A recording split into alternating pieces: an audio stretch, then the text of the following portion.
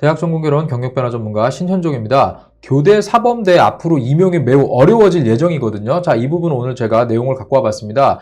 KBS 뉴스에서 저출생 여파 신규교사 채용 감축이라는 뉴스가 나왔거든요. 아마 이거 보시면서 내 미래 장래의 희망이 교사다. 지금 나는 교사를 위해서 준비를 할 거다. 물론 교대나 사범대를 자기가 선택을 해서 초등으로 가든 중등으로 가든 그건 이제 본인이 결정할 부분인데 둘 다 문제가 있기 때문에 이 내용을 보시면서 아마 가슴 철렁한 분들 좀 있을 것이고요. 현재 대학을 다니고 있는 분들 중에서 교대를 다니고 있거나 사범대 또는 복수전공이나 이런 걸 통해 가지고 중등교사 자격을 취득하려는 분들이 있거든요. 자, 이분들한테도 아마 이 보도는요 상당히 눈이 갈 겁니다. 제가 예전에 사범대와 교대 관련된 영상을 올렸었어요. 그래서 저는 여기 관련된 영상을 올리면서 전국적으로 교육청 과목별 선발 인원, 자, 이거 가지고도 제가 한번 내용을 한 적이 있고요. 그 다음에 교대 같은 경우도 지속적으로 교사를 덜 뽑을 거기 때문에 미래 진로로서 조금 고민을 해볼 필요가 있다라는 내용을 했었다가 아주 제가 댓글로 융단 폭격을 받았는데, 저도 교육학 한 사람이거든요. 근데 저한테도 너가 뭘 알아 이런 식으로 막 엄청 사실 이야기를 들었었는데, 그만큼 이게 되게 민감한 문제이기 때문에 여러 의견들이 표출되는 거라고 생각이 들어요. 자, 그런데 이거 아무도 지적하지 않는 걸 제가 일단 알려드릴게요. 학생 수가 줄어들면 교사가 줄어드는 건 당연한 거죠. 자, 그런데 여기서 우리가 생각해야 되는 게 학교 업무예요. 자, 요즘 우리 MZ 세대들이요, 비인가 업무라고 하죠. 또는 뭐 우리가 비인가 보직이라고도 합니다. 본인이 교사인데 사실 행정 업무도 매우 많거든요. 자, 그런데 이게 학생 수가 줄어들면 교사가 줄어드는데 학교는 있죠. 학교에서 수행하고 있는 학교 업무는 안 줄어들어요.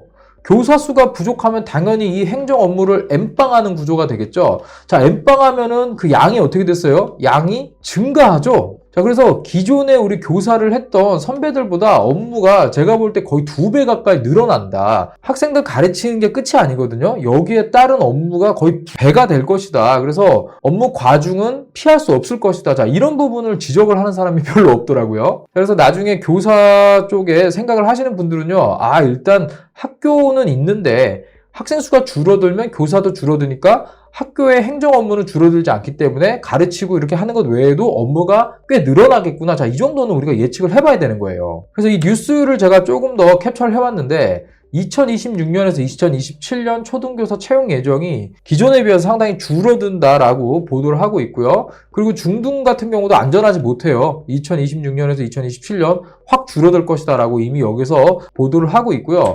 2027년까지 공립 초중고학교 학생 수가 58만 명 줄어든다. 그리고 38년까지는 86만 명이 줄어든다. 아주 참혹한 예측을 보여주고 있습니다. 자, 현실적인 얘기를 조금 해보면요. 자, 제가 지금 살고 있는 서울의 도심권에 있는 학교들은요, 학생들이 보통 12명에서 16명 정도 해가지고요, 뭐 2학급 또는 뭐 한 3학급 정도 있는 학교들이 거의 대부분이에요. 초등 얘기입니다. 그리고 경기도 같은 경우는요, 보통은 제가 현재 제 주변을 조사한 바로는 20명에서 한 30명 정도 약간 학급 인원수가 있고요. 보통 한 5학급 정도 이렇게 구성이 되는 걸로 알고 있어요. 그리고 포항공대 있는 쪽에 사람들이 상당히 많이 살거든요. 교육열도 높고. 여기 한 반에 막 40명 이렇다고 하더라고요. 뭐 저희 옛날 얘기인데, 제가 초등학교로 들어갔던 80년대는요, 보통 한 반에 막 70명, 80명 이랬거든요. 그러니까 이거 생각하면은요, 상당히 많은 숫자인 걸 여러분들이 아실 수가 있을 겁니다. 자, 모든 교대, 자, 사범대 이 관련된 모든 문제는요, 결국 그냥 인구에서 오는 문제예요. 2025년 43만 8천 명인데 2012년에 출생률이 좀 오릅니다. 48만 5천 명. 자, 여기 정점 빡 찍고 계속 내려와요. 자, 2015년 43만 8천 명이 2017년에 35만 7천 명으로 뚝 떨어지고요. 여기서부터 대폭락이 시작돼요. 그래서 2020년에 27만 명, 2021년에 26만 명. 이거 통계청 자료거든요. 자, 근데 1년에 연간 사망하는 사람 숫자가 31만 7천 명 수준이에요. 자, 그러면 우리 삼척시 인구가 6만인데, 여러분들 아셔야 되는 게 삼척시 정도가 매년 하나씩 날아가고 있다라고 보시면 될 것 같아요. 자, 이 정도로 인구가 줄어들고 있기 때문에 당연히 학교의 교사를 더 뽑는 데는 한계가 있는 거죠. 자, 서울교대 경쟁률이 2.03대 1에서 1.77대로 이미 하락을 했고요. 그 나머지 9개 교대 모두 경쟁률이 떨어졌어요. 교사를 안 뽑을 걸 알고 있고 대기 발령 기간이 길고 자 이런 부분들이 계속 이슈화되고 공론화되면서 대학을 4년 열심히 다니고 임용고시를 준비해가지고 나름 본인이 교사가 되기 위해서 상당히 노력한 거에 비해서 나중에 받을 수 있는 결과물, 과실이 너무 적은 거죠. 자, 거기에다가 이제 교사가 돼서 일을 하면서 계속 업무가 늘어날 건 뻔할 뻔짜거든요. 당연히 인기가 없는 직업이 될 수밖에 없겠죠. 자, 이런 부분들이 지금 폭망각이다. 제가 좀 설명을 드리는 건데, 물론 교사의 꿈이 있고 내가 교사를 꼭 해야겠다. 자, 교사는 직업적으로 그냥 학생을 가르치는 일이 아니에요. 사람을 길러내는 정말 책임감이 강하고 교사로서의 마인드가 뚜렷한 사람이 해야 되는 직업은 맞습니다. 자, 그런데 그 정도의 생각을 갖고 있는 사람들조차도 현재 상황을 보면은 교사의 꿈을 접어야겠다라고 생각할 수밖에 없겠죠. 자, 그러면 거기에서 남는 자리들을 원래 교대나 사범대 쪽에 들어올 수 있는 성적은 안 되는데 자리가 있네 하고 올라오겠죠, 당연히. 자, 이런 현상들이 발생되면 나중에 임용되는 선생님들의 어떤 인적 자원 수준이 떨어지는 거는 어쩔 수가 없는 거예요. 이미 이런 현상이 일본에서 나타나고 있지요. 자, 그러면 일본하고 우리나라가 좀 다른 게 있어요. 우리나라는 사교육 시장이 정말 강하죠. 사교육의 영향권에 따라서 막 동네 집값도 다르고 아예 많은 주변 환경들이 영향을 받는 어쩔 수 없는 분위기가 있잖아요. 자, 그러면 당연히 교사의 인적 자원 수준이 떨어진다? 학부모들은요, 서울에 들어갈 수 있는 대학의 정원 수는 거의 그대로이기 때문에 여기에 우리 애를 집어넣기 위해서는 사교육에 더 투자할 수밖에 없는 문제가 계속적으로 반복될 거예요. 근데 이런 사교육비가 증가하면 당연히 그걸 보고 있는 사람들이 내가 벌어갖고 다 학원 갖다 줘야 되는데 누가 애를 낳겠습니까?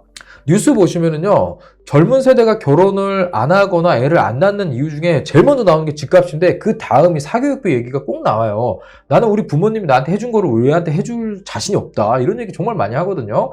자, 그럼 인구가 늘어나지 않는 문제가 계속해서 악순환되는 자, 이런 사회 현상이 고착화될 거다라고 보시면 될 것 같아요. 자, 근데 이거는 단순하게 1, 2년 안에 해결될 수 있는 부분은 아닙니다. 그래서 지금 중고등학교에서 내가 교사의 미래를 꿈꾸고 있거나 현재 교대 사범대에서 공부를 하고 있는 분들이라면요, 지금 진로에 대한 고민이 상당히 깊을 거예요. 자, 그래서 이러한 부분들은 인구 문제로 인해서 발생되는 것이고, 뭐 내가 공부를 좀 덜 하거나 나한테 문제가 있어서 뭐 교사가 되는 게 어려워지거나 이런 건 아니거든요. 자, 이런 부분 너무 오해하지 마시고 한번 이해를 하셔라라는 의미에서 오늘 내용을 좀 갖고 와봤습니다. 교사로서의 미래 진로를 생각하시는 분들 잘 생각하셔가지고요, 제 의견도 조금 한번 들어보시고 한번 고민하는데 반영해 주셨으면 좋겠습니다. 네, 제가 준비한 내용 여기서 마치도록 하겠습니다. 감사합니다. 경력변화 전문가 신현종이었습니다.